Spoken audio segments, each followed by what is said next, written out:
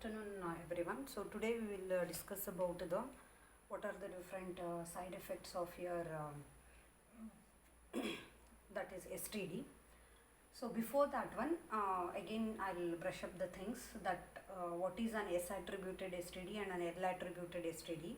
An S attributed STD is an STD where all the attributes associated with a non-terminals are the synthesized attributes, and whereas an L attributed STD is an STD, so where you will be having both the synthesized attribute and the inherited attributes associated with your grammar symbol. So for example, suppose if I am having any production like this, so what is your T dash inherited value?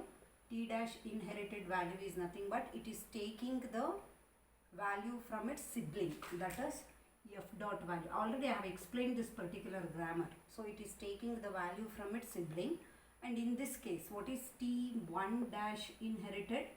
T1 dash inherited is it will take the value from its parent, that is T dash inherited star f dot value, that is T1 dash inherited. Actually T dash is a single non-terminal.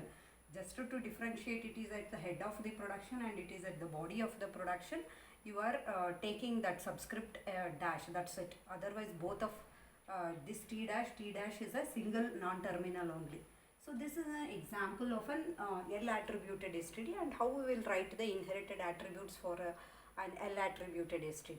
Now consider this particular production A determinant BC, and the semantic rule associated with this is A dot S, okay, that is synthesized attribute is associated with a non-terminal A. It is derived from its child node, that is B dot B. Okay, so it is what type of the attribute? It is an synthesized attributes because its value exactly depends on the value of its child node. So it is a synthesized attribute.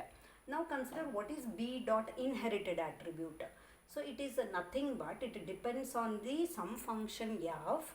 So where in that particular function we are having a C dot C, that is the attribute associated with a C and a synthesized attribute associated with an A. So your B dot inherited depends on the C dot C and A dot S. Now you tell me whether this is an L attributed STD or not. No, it is not an L attributed STD. Why it is not an L attributed STD? As already I told you, whenever you are having any of the inherited values, like T dash inherited is there, and here also you are having inherited value associated with them, they always depends on the value of its sibling which is on the left, which is at the left, and also it may depend on the value of its parent. Okay, it cannot depend on the value of its sibling which is on the right side of it. So here it is B. B depends on value of, okay, value of a C. Where is the C? It is to the right of the B. Therefore this cannot be an L attributed STD. It is not an S attributed STD, and also it is not an L attributed STD, because here you cannot say it as an S attributed STD because you are having an inherited value associated with that. But you cannot say this as an L attributed STD also. Why you cannot tell it as an L attributed STD? Because you are having a inherited value associated with a non-terminal B which depends on the value of a C. Okay, but where is the C? C is on to the right of the B. Okay, that's why this is not an L attributed STD and S attributed, because always whenever you are inheriting the value, you should either inherit the value from the sibling which is on the left side, or you can inherit the value from the parent, that is this one, head of the production value. You can inherit. You cannot inherit the value which is on the right of your non-terminal. Okay, so that's why this is not an S attributed STD, and also it is not an L attributed STD. So they may give some example like this. They may ask whether it is an L attributed STD or not, an S attributed STD or not, like that. Okay. Then come to the what are the side effects that are associated with your STD. So what is this side effect is, See here, whenever I am considering any of the expression grammar something, already I gave an example for that also. So suppose if I am having something E determine and E plus T, something like this, or E determine and En, something like this. What this means, what is the semantic rule associated with this? E dot value is equal to an E dot value. N is nothing, just an end of the file. Okay, like something like this. Or suppose if I am having E plus E, then E dot value plus E dot value, something like this you will be having, correct? So what it indicate, we are applying this particular action when this production is used. While constructing the parse tree or while constructing an L attributed that is annotated parse tree. So what I am using, whenever I am applying this particular production, this action is taken place. What is that action? It is nothing but the value of this depends on value of this and value of this, and add both of them, I'll get the value of this. So that is the action that is going to take place. What is the side effect in the STD is that, so along with an action, you may have something else like print E. That means what I am doing, just I am printing the value of the E. That's it, I am doing, I am not doing anything here.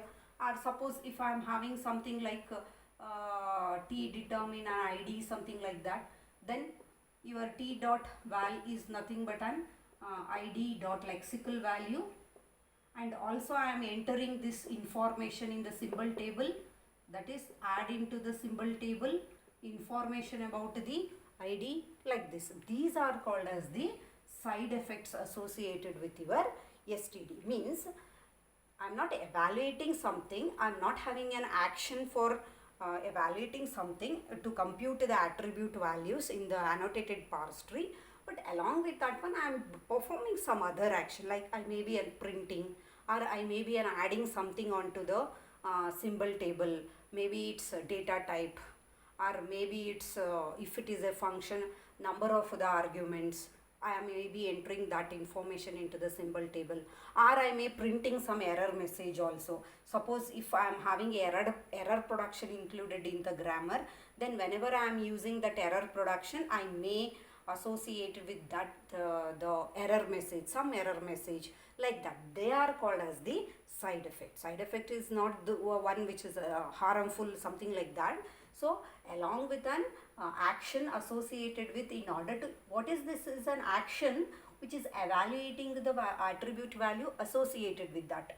So instead of that, I am also having some other function. What is that? I am printing its value, I am adding its information into the symbol table, or I am displaying the error message. So some extra thing I am doing, that is called as an side effect here. Okay. How to control this side effect is that, so suppose if here printf I am doing, when I am performing this printf, is it is affecting anything in the order of the evaluation? First this has to be evaluated, then this has to be evaluated, both of them has to be added, then this has to be evaluated. Is anything I am going to change in the order of the evaluation by considering this print statement? No. That print statement is not at all affecting the order of the evaluation. Along with this, you are having so many other productions also, okay.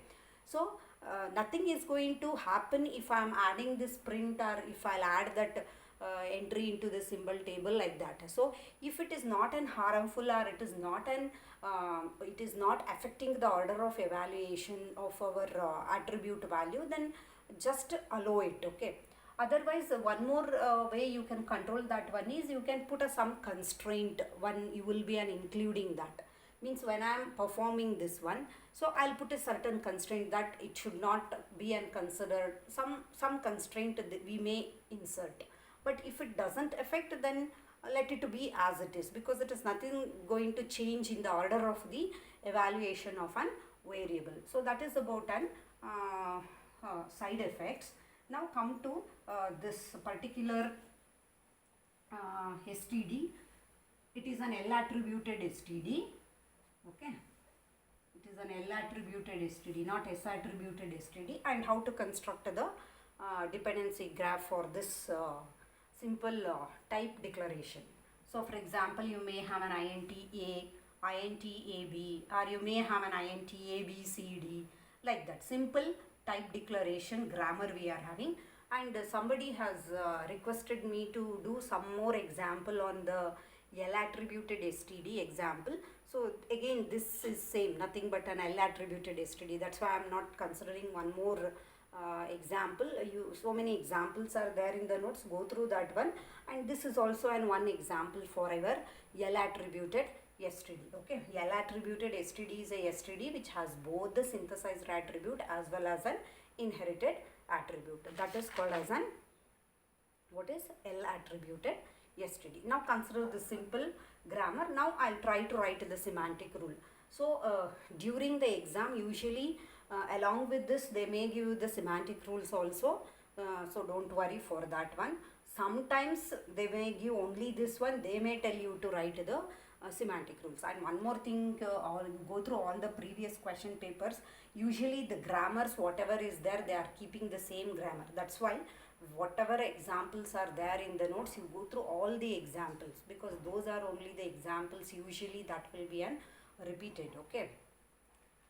Now you consider this production. So what is this one? This is the string. That is, the semicolon is not there. Semicolon we have not considered. Just int A, int AB, or int ABC, like that. That declaration. So now what is this L here? L is nothing but your ID. ID is nothing but either A or a B or a C or whatever it is. So now associated with that, what is there? Int float, only two I am considering. Int float, like the data type is also associated with this identifier. So that means what? This has to inherit the value from this one. Therefore, that is what I am writing here. L dot inherited value is equal to an T dot type. Type is nothing but a T dot type is a synthesis attribute associated and inheriting. So this L, what is your L ID? So simply I cannot write a. I have to specify what is its data type, and I need to enter that information into the symbol table also, like this. It is integer A, integer B, and integer C if I am having one more. Okay, that information I have to enter into the symbol table. That is what I am doing with this particular type declaration. So here this L, which is nothing but an identifier, it is inheriting the type. It is inheriting the type. Therefore, L dot inherited is equal to T dot type. So what is T dot type? Either it can be an integer or it can be an float. It is very simple. So what is T dot type? Either it can be an inherited value, integer value, or it can be an float value. Here also it is T dot type is equal to an float. Okay. So the semantic rule associated with this is this, and with this is, and here what is this? And declaration doesn't have a value. All of you know that. Okay. It is just a declaration. I cannot say D dot value. It is a declaration. You will not have a D dot value associated with the declaration. Okay. So it is just a declaration we are doing. Okay. So that's why don't write D dot value here. Only the thing is this identifier, L determine ID, this identifier is inheriting its type from T dot type. So that's why it is T dot type. What is this T dot type? Either it can be an integer or it can be an float. Now you consider this one, L1. Okay, this. Again, this L1 will be replaced with an ID, n number of ID you can have. Again, for this also, I want to inherit the data type, because only int A. So, symbol table, only I cannot say that A is of type integer and B is simply a B. So, B is also inheriting this integer. C is also inheriting this one, and it is entered into the symbol table. So that's why, so this L1 dot inherited is nothing but L dot inherited. What is this L dot inherited? It is a T dot type file. Getting my point? So here for B and the C also integer has to be an inherited. It is not only for the A, it is not only for the B, it is for all A, B, C. The data type is of type integer. Therefore in this case it is L1 dot inherited is equal to an L dot inherited. What is your L dot inherited? L dot inherited is nothing but a T dot type. That means again I am considering the integer for this ID. Again I am considering for the integer for n number of the IDs. Means L1 can be replaced, this L can be replaced with n number of times. No, like this. So D will TL, again L can be an LID, again L can be an LID, again L can be an LID. Okay, so many. So what is this type? Integer. So this integer has to pass here. Okay, again that integer has to pass here int id. Again that integer has to pass here int id. Again that int has to be passed here so that it is int id. Correct or not? So what I am doing here is, so what is you are inheriting here? Int I am inheriting from its parent. Which is the parent? Head of the production, L. So that's why L1 dot inherited is equal to an L dot inherited. What is this L dot inherited? It is nothing but a T dot type. What is this T dot type? It is nothing but an integer in this example. So here whenever I am declaring this one, so this integer, this L is inheriting this information int. Okay. Now this will be a pass to here. Now it is int id. Again this will be passed here int id. Again this is passed here int id. Correct or not? So each time it is int id, int id, int id. So from where I am getting that information? From the head of the production. So that's why L1 dot inherited is nothing but from its head of the production, L dot inherited. So it is inheriting from this, it is inheriting from this, it is inheriting from this is inheriting from this one. So totally in the every data entry, it is int id, int id, int id. So that is the purpose of this one. Now along with this one, so what we are doing, as I told you that we are entering that information into the symbol table. So whenever we are having this ID, that is int ID, I have to add it. This is the side effects, what I told. Along with the evaluation, I am performing something. I may be printing, I may be adding into the symbol table, or I may be generating some error message like that. So it is ADD type. So I am adding that information, ADD type. So it is ID dot entry. ID dot entry is what? So it is A or B. It depends on what is that ID you are considering. It may be A, it may be B, it may be C, whatever it is. So along with that one, what I have to here, not like this, it is like this. INT will come here. So first we are entering the variable, then we are entering the integer data type. What is that? Where it is? It is nothing but an L dot inherited. That is this one. L dot inherited is the type. So it is L dot inherited. So that is the symbol table entry we are doing when I am using this particular production. So whenever we are replacing with an L dot LID, whenever I am replacing L with an LID, L with an LID, L with an LID, L with an LID. So what I am doing when I am replacing the L with an LID, so just I am entering that information into the symbol table. So that is, it is A of type int, B of type int, C of type int. So in the symbol table I am entering that information. So that is the purpose of. So what I am doing when I am using this particular, first I am inheriting that type information from the head of the production, and I am entering this information into the symbol table. That is what we are doing. When I am using this particular production, two actions we are doing here. What is that two action we are doing there? So one is we are inheriting the value from the head of the production, and this entry I am making it into the symbol table. So that is the action what you are doing.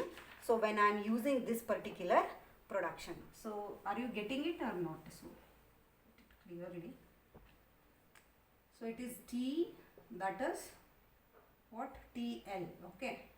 So L will be replaced with an LID. So what is that LID? Okay. So this is integer. That integer I am inheriting here. Again that integer I am passing it here. From the head of the production I am getting it here. And when I am using this particular production, what I am doing here? I am entering that one into the symbol table. Saying that it is A of type integer. Okay, that is the purpose of using these two productions. Now you consider the L determine an ID. L determines an ID. So when I am using this one, just add it. No need of inheriting the value. Just add the type. Same thing. ID dot entry. L dot inherited. L dot inherited. Somewhere we have to replace the L with an ID, at the end. Okay, then at that time I'll be inserting that value. So this is the grammar. Now I'll write it clearly for this particular grammar, how to construct the annotated parse tree and how to construct the dependency graph. You will see. Now I'll construct the annotated parse tree. How to construct the annotated parse tree? I'll consider this example. int a comma b. Okay. When I'll take this, I'll start with the d. So it is d is replaced with tl. Getting my point? D will be replaced with an, or you take one more. Okay. Otherwise it will be simple. If you will feel like that, take one more. Then it is replaced with an L. Then L will be replaced with again L, this one, ID. Again this L will be replaced with LID.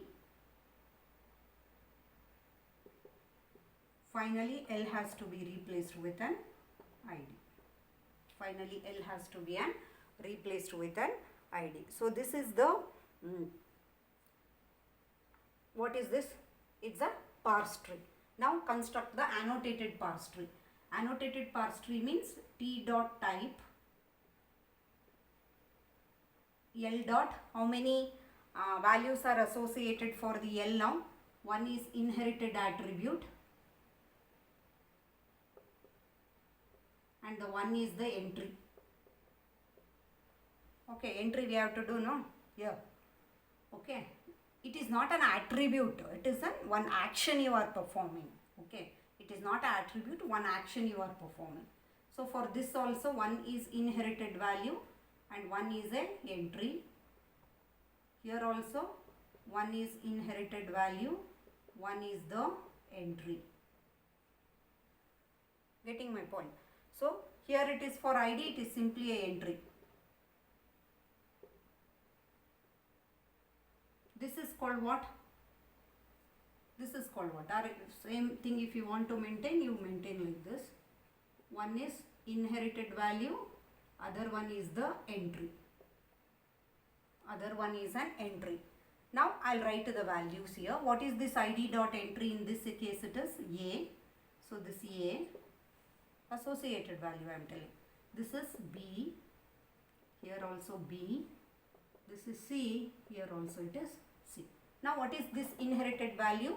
Here L dot inherited, when I am using D determine TL, that is D determine TL, what is the action you are performing? L dot inherited is T dot type. So L dot inherited is nothing but T dot type. What is your T type value you are having? INT, this one. So this will be an inherited to this. So what is its inherited value? INT. INT is the inherited value, because when I am using this particular production D determine TL, what is the action? L dot inherited, that is this. L dot inherited is equal to T dot type. That means T dot type is what it is? INT. So T dot type is INT. So I am inheriting that. T dot type is equal to INT. I am inheriting that one. That is like this. Okay. Then when I am using this L determine LID, So then what is your L dot inherited? L determine LID I am using. What is your inherited value? It is L dot inherited. What is your L dot inherited? It is INT. So that is, maybe you are getting confusion.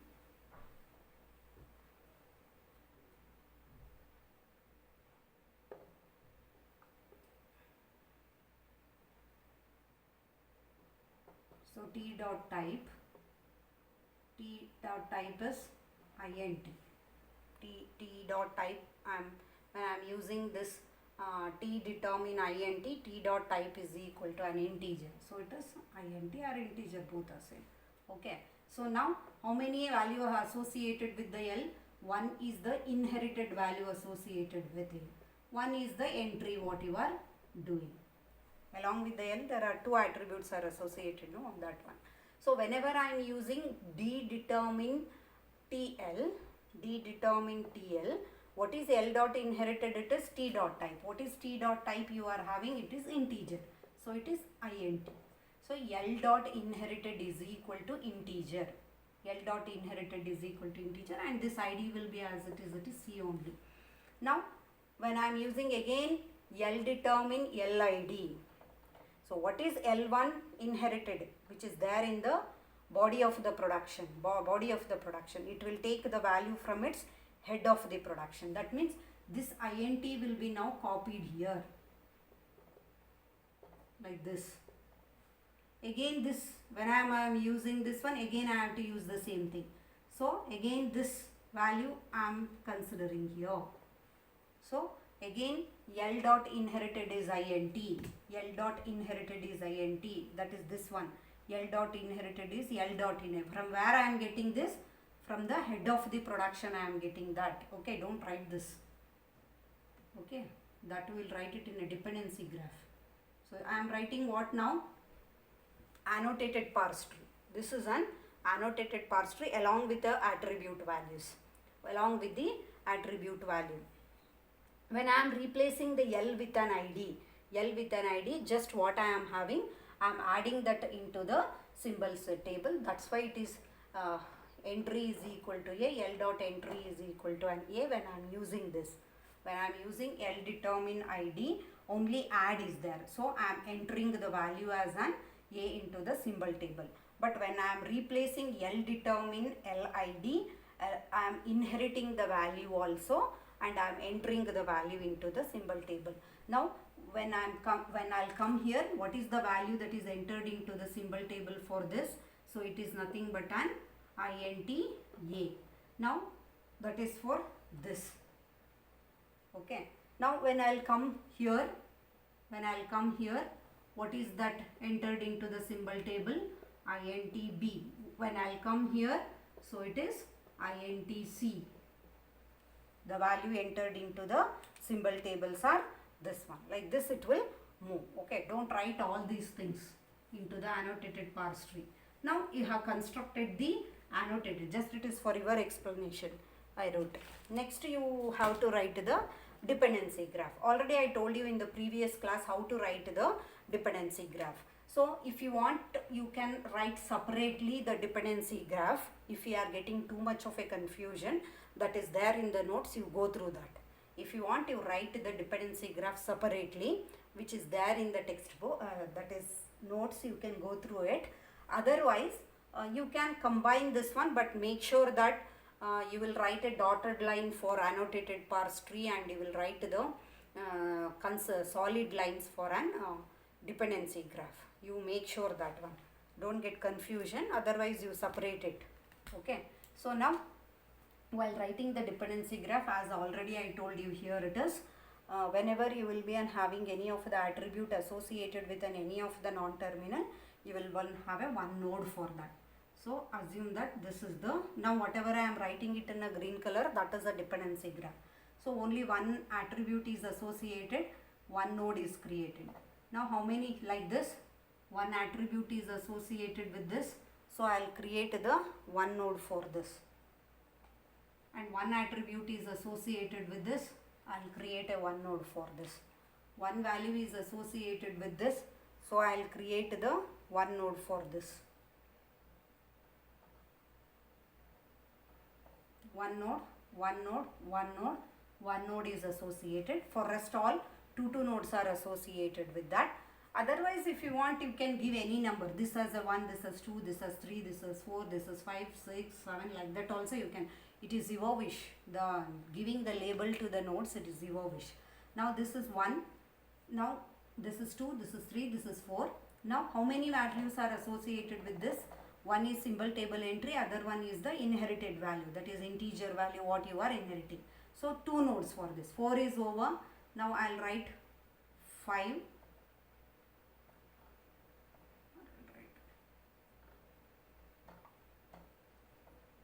6. Okay, this is 7, 8, 9, 10. Don't write for this because nothing you are assigning here. It is just a declaration. You are not computing the d dot value. It is just a declaration. So whatever I am writing it in a green color now, it is a dependency graph. Now this 6 depends on this one. So you will have an edge like this. Already I told you how to construct the dependency graph in the previous session.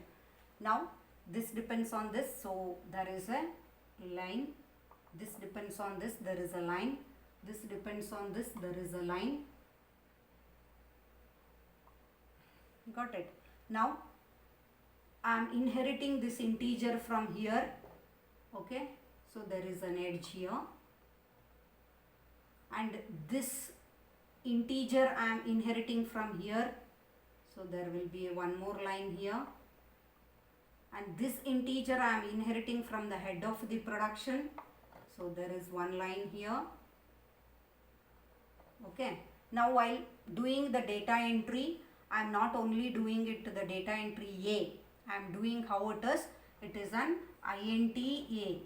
Okay, therefore this also depends on this. Entry also takes the integer value and the A value. In int A, both will be entered into the symbol table. Therefore it depends both of them. Here also it takes this value int B, then int C, int C, int. Entry when you are doing, you are not taking only the C. This also has to be an inherited, no? So it is int C, int C. So this is the dependency graph. Whatever I have written it in a green color, this is the dependency graph for int A comma B comma C. Anyhow, we are not considering the semicolon here. So don't consider the semicolon. We are not consider the semicolon. Okay. So this is a dependency graph. Whatever I have written it in a green color, it is a dependency graph. So in the notes you are having for int A also, int AB also, int ABC also, and few more examples are also there. You go through that. So that is about the side effect. And side effect, it doesn't mean something harmful, something like that. So it is just nothing but along with the regular evaluation, if I am performing some additional functions, maybe I'm sending the error message, maybe I'm adding something into the symbol table or printing something. So that can be considered as the side effects here. So, and how to handle these side effects.